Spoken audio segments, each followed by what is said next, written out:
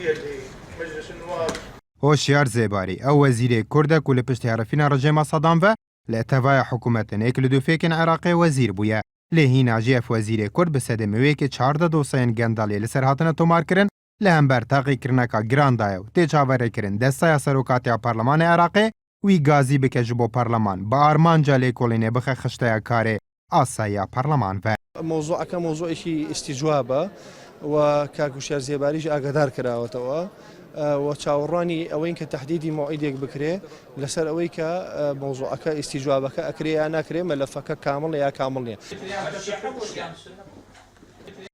لسر گازی کرنو لیکولین هوشیار زیباری جه بال پارلمان عراق و نرینین جدا دناوا فراکسیونین کردین پارلمان عراق دا چه بونه به تایبت پشتیوی که کو گوتناوی که بلاویه کو قاشو فراکسیون زرد کو اف وزیر کرد سر به حزباویه نه لبچه پارلمانی جبو لیکولینه لسرو که فراکسیون زرد وان گوتنان رد دکو دبیجه لیکولین لهر وزیره که حکومت کاره که آسایه لبوی مرجی نبا بابت کسی و تایبت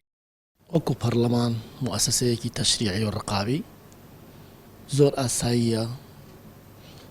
بانجي وزير كاني حكومة بكا سروكي حكومة بكا سروكي دستا سربا خويا كاني سربا حكومة بكا يعني ناكريتن وكو اوي رويدا لقل وزيري برقري وزير بيت برلمانو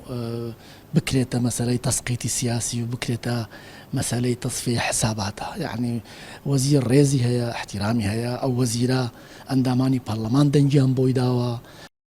پارلمان عراق دمی گازی کرنا هوشیار زیباری دیاری نکریه لید نهاده اف دوسای که هوشیار زیباری پیاتی تومدوار کرن پیشکشی سروکاتی پارلمان هاتیه کرن ده امبرجی ده اندامه که افپیمانتان اجتماعی شیعان دی بیجه لدمی گازی کرنا زیباری ده هر وک وزیره که آسایی سر دریه دگل دادی کنو دگل لیکولنین جدا خویاد دبه کو کیش آلی لسر حقا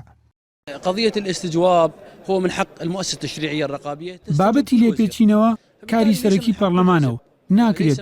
بانگێر کەسێکرا وا بزانیت کە مەعامەرەی لێکراوە چونکە وانە وەزیری داراییش وەک هەر وەزیرێکی دیکە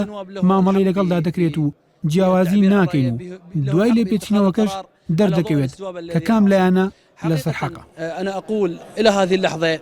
يعني لم يكن هناك استجواب مهني 100%. لپشتی دروزبونا برای چاکسازی لپارلمان عراق پرسا لیکولین لوزیر عبادی چویا قوناغاکان نوو و با آوایی که هیناجی دوسین خالد عبیدی وزیر براوانی تمام نبوه لیکولین پارلمان بروکا وزیر دارایی گرتیه.